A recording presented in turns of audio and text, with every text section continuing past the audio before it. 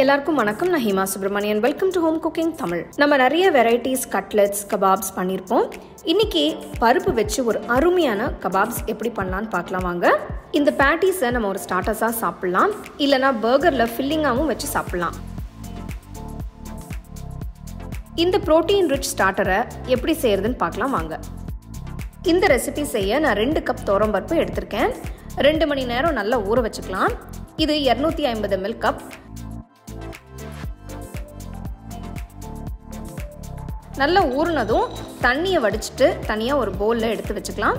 ஊறின பருப்பு கூட நறுக்கின ஒரு பெரிய வெங்காயம், நறுக்கின 5 பல்லு பூண்டு, நறுக்கின 3 பச்சை மிளகாய், 1 டீஸ்பூன் உப்பு, 1 டீஸ்பூன் மிளகுத்தூள், 1 டீஸ்பூன் சில்லி ஃப்ளேக்ஸ், 1/2 டீஸ்பூன் ஜீரகத்தூள் சேர்த்து நல்லா கலந்துட்டு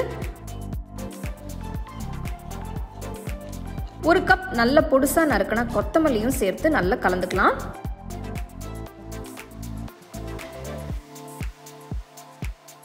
இந்த கலவையை கொஞ்சம் கொஞ்சமாக மிக்சர் ஜாரில் சேர்த்து கொரகொரப்பாக அரைச்சி எடுத்துக்கலாம். பல்ஸ் மோடில் 2-3 தடவை போட்டு ஒரு தடவை மிக்சர் ஜாரை ஓப்பன் பண்ணி கலந்து விட்டு மறுபடியும் ஒரு 2 தடவை பல்ஸ் மோடில் போட்டிங்கன்னா நம்மளுக்கு தேவையான கன்சிஸ்டன்சி கிடச்சிரும். இதை அரைக்க நான் தண்ணி எதுவும் ஊற்றலை. வெங்காயத்தில் இருக்கிற அந்த மாய்ஸ்சரே போதும். கபாப் கலவை இப்போ ரெடி ஆயிடுச்சு.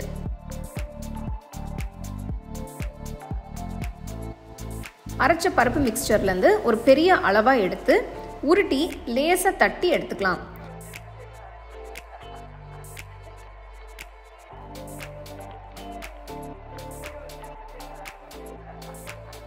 நம்மளோட உள்ளங்கை அளவுக்கு ரொம்பவும் திக்காக இல்லாமல் ரொம்பவும் மெலிசாக இல்லாமல் மீடியமாக இருக்கணும்.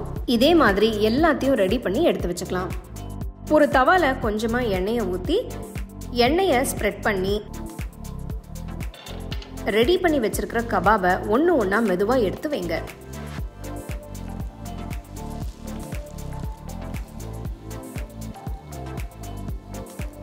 ஸ்டோவ் மீடியம் ஃப்ளேம்லேயே இருக்கட்டும்.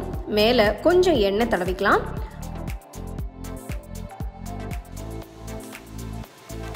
ஒரு பக்கம் நல்லா வெந்து பொன்னிறமாக வந்ததும் இன்னொரு பக்கம் திருப்பி போட்டு பொன்னிறமாக வேக வச்சு எடுத்துக்கலாம்.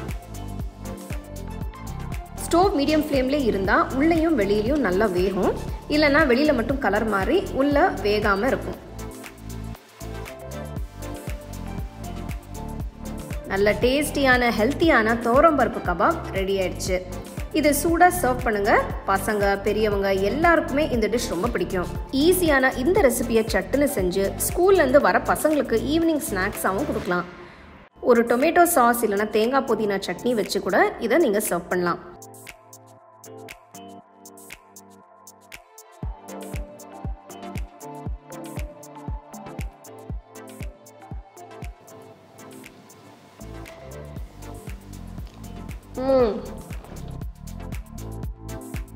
கண்டிப்பாக ட்ரை பண்ணி ரசிச்சு சாப்பிடுங்க. உங்களுக்கு இந்த ரெசிபி பிடிச்சிருந்தா லைக் பண்ணி ஷேர் பண்ணி ஹோம் குக்கிங் தமிழ் சேனலுக்கு சப்ஸ்கிரைப் பண்ணுங்க. மறக்காம பெல் ஐகானை கிளிக் பண்ணுங்க. You can now buy the second edition of our home cooking book at shop.homecookingshow.in.